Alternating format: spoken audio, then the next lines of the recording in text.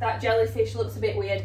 It will be a jellyfish. It will be. How to go from something that's small that you're taking a reference from, like an iPad or even a phone or anything like that, to a big painting. So like this is a 40 by 30 inch. I am just working off my iPad screen, so obviously it's a lot smaller. There are a few things that I've done with this painting, because you can see like the jellyfish was coming right out here. It didn't really leave a lot of room for the tentacles to flow down. So I just want to run through a few things that I've done that might help you if you're struggling with this problem. So as you can see, the jellyfish comes, well, it came like right out here, but I've tucked it in a little bit.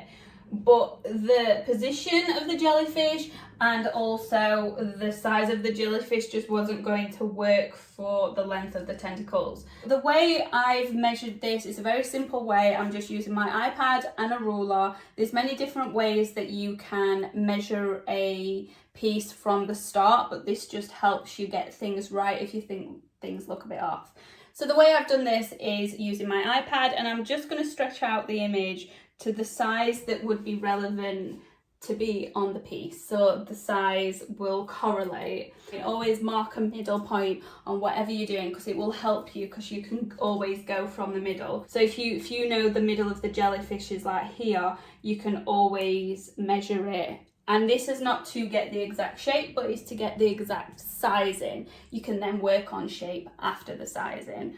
So that is literally all I've done. So I've measured the top of the jellyfish. I've even measured all the way down to where the short tentacles are, measured right down to the bottom of the tentacles, and I made sure all the measurements were right. I then moved the measurements up. So I knew on here I needed to have, I think it was 155 centimeters my jellyfish needed to be, right? So, which is obviously a lot smaller than what this size is. I think that size is like 210. So you can see like how the sizing was terribly off.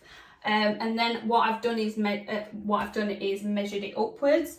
But to know where I need it to go from, I've also measured it down. So that obviously this is not right, but say that's like 70 centimeters, and this is the right, you've zoomed it in enough, but just say for this explanation, that's 70 centimeters down, I'll go 70 centimeters and then I'll mark a line. So then I can essentially create a box where the head of my jellyfish will fit in based on those measurements. And then that will continue to build the form of the jellyfish head, and then use the measurements to focus on the length of the different tentacles. I've drawn out the jellyfish now, so the jellyfish head is essentially here, but all I've done is worked off of those guidelines, those marks that I created, and then I've worked the tentacles down. So now it fits better, a lot better. And also you can see the difference between the sizing of the jellyfish head and what I had before.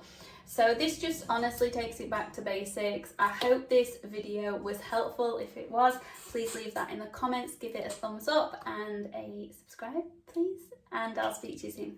Bye guys.